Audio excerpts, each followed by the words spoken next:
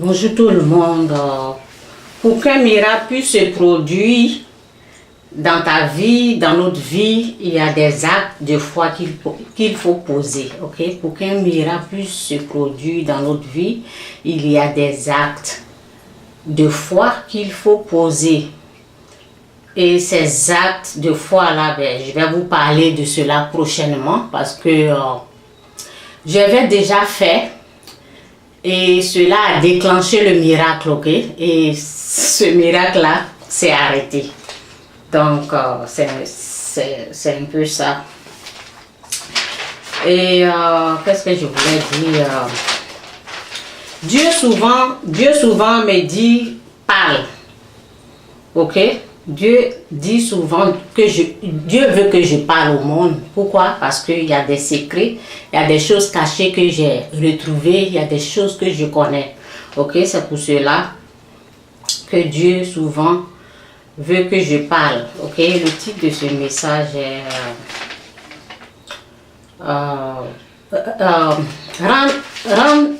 rendre l'impossible possible. Je vais continuer ce message. Rendre l'impossible possible. Ok? Rendre l'impossible possible. Je vais continuer avec ce message-là. Je vais donner des exemples. Je vais parler d'une histoire parce que j'ai dit. Pourquoi Dieu dit de parler? Parce qu'il y a des choses secrètes, il y a des choses cachées que j'ai retrouvées. Et bien, je travaillais quelque part là dans le domaine de couture, ok? Et ben notre compagnie était fermée, bon, on nous a payé, et puis ben après, comme je suis quelqu'un, je n'aimais pas rester à la maison avant, parce que qu'est-ce que tu vas faire à la maison? Si c'est pas maintenant que Dieu m'a appelé pour sa gloire, c'est pour cela que je suis à la maison, sinon je suis quelqu'un, je ne reste pas à la maison, malgré qu'on nous a payé. La compagnie a déménagé quelque part, et puis on nous a payé, ben j'ai toujours continué de chercher du travail. Et un jour, j'ai trouvé le travail dans le journal. J'ai vu le travail, puis je suis partie. Après, on m'a pris. Et lorsqu'on m'a pris, je travaille. La femme met tout à la poubelle. Ça veut dire que je fais 8 heures de temps en travaillant sur quelque chose. Et après, elle prend tout. Elle me dit, oh, tu as bien fait. Et après, devant moi, là, elle remet tout à la poubelle. Donc, j'avais mal au cœur. Je disais, mais c'est quoi? C'est impossible ce qu'elle me dit de faire. Et après, il y a parce que lorsque je travaillais dans l'autre endroit là, j'avais des copines, il y a des gens qui travaillaient avec moi que je connaissais bien. Et puis, ben, il y a une qui a été embauchée. Elle venait de nous tous. Notre travail a déménagé, donc on cherchait du travail, ok? Donc, elle est venue. Et elle a commencé.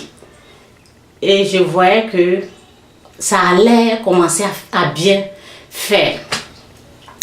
Et moi, de ce côté, je disais que ben, c'est impossible, ok? Donc après, quand j'ai vu que la femme avec laquelle j'avais travaillé commençait à bien faire, après, pendant notre lunch, pendant notre temps de repos, alors je me suis approchée d'elle, je lui ai demandé, ben, comment tu fais, puis tu réussis à faire ça là?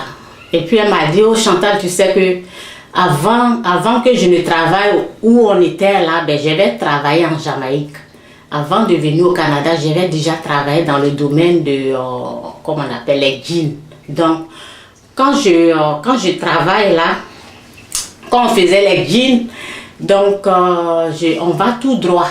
Parce que le jean, il ne faut pas faire des zigzags, il faut aller tout droit. Parce que les gens ont besoin des coutures les coutures droites sur les jeans. Lorsqu'elle m'a dit ça, j'ai dit waouh. Donc, j'ai tout de suite compris quoi faire, ok? Parce que pour moi, était rond. On me donnait quelque chose rond où je devais faire des dessins dessus. Et lorsqu'elle m'a dit cela, j'ai tout de suite compris, ok?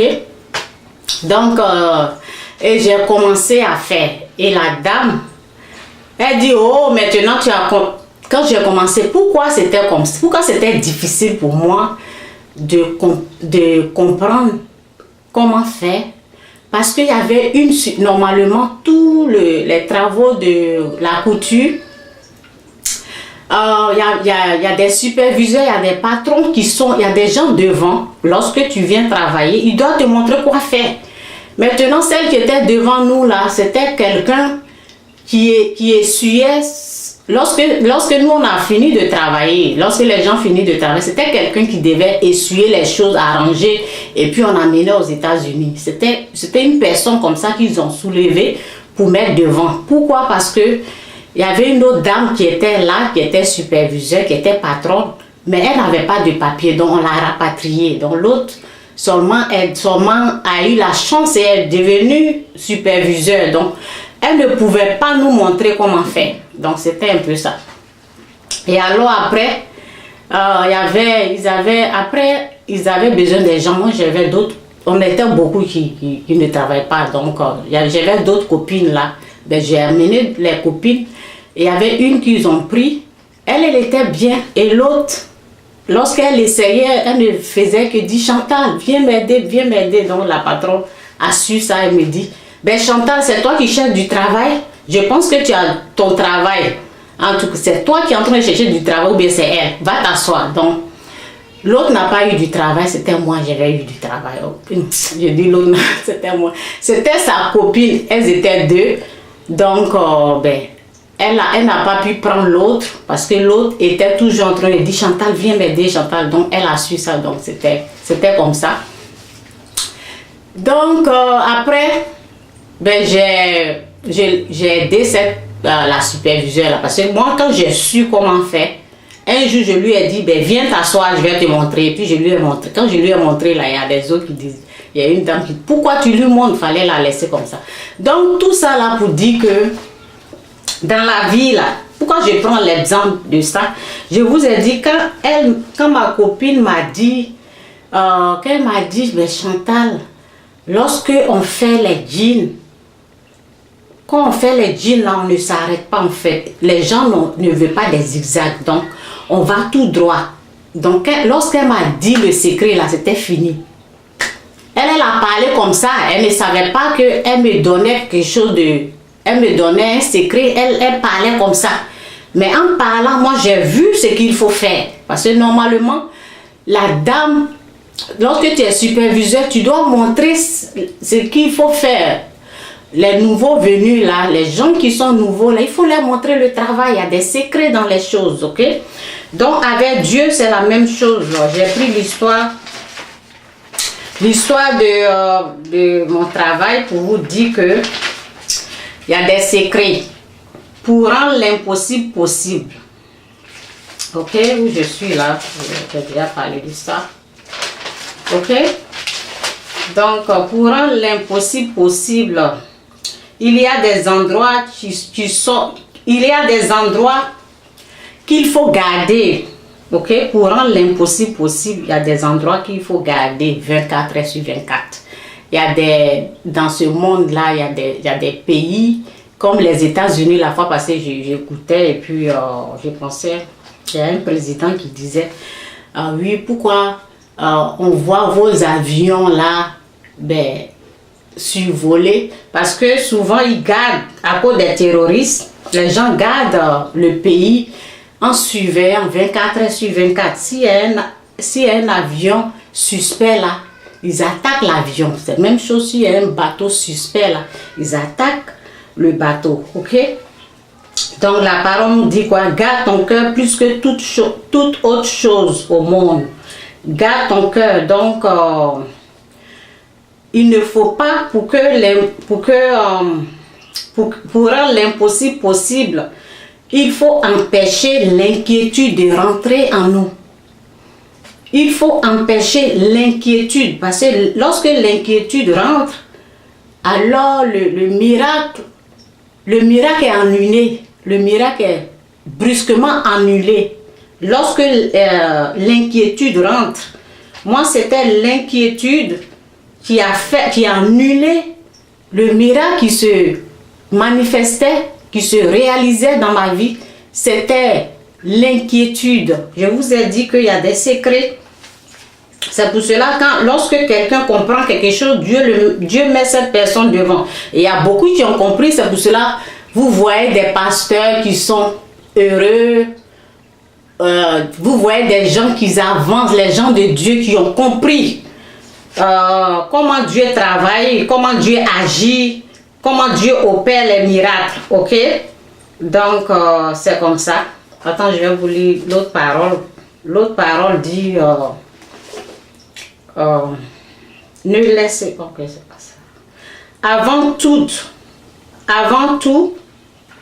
dans Proverbe 4, verset 23, avant tout, prends garde à ce que tu penses au fond de toi-même.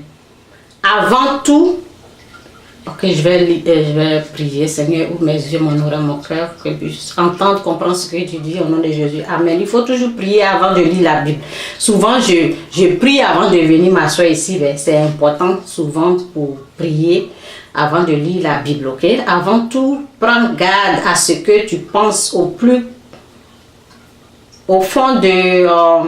où ça y est encore? Avant tout, prends garde à ce que tu penses au fond de toi-même, car ta vie en dépend. Car ta vie en dépend. Cette Bible a dit la vérité. Car ta vie en dépend.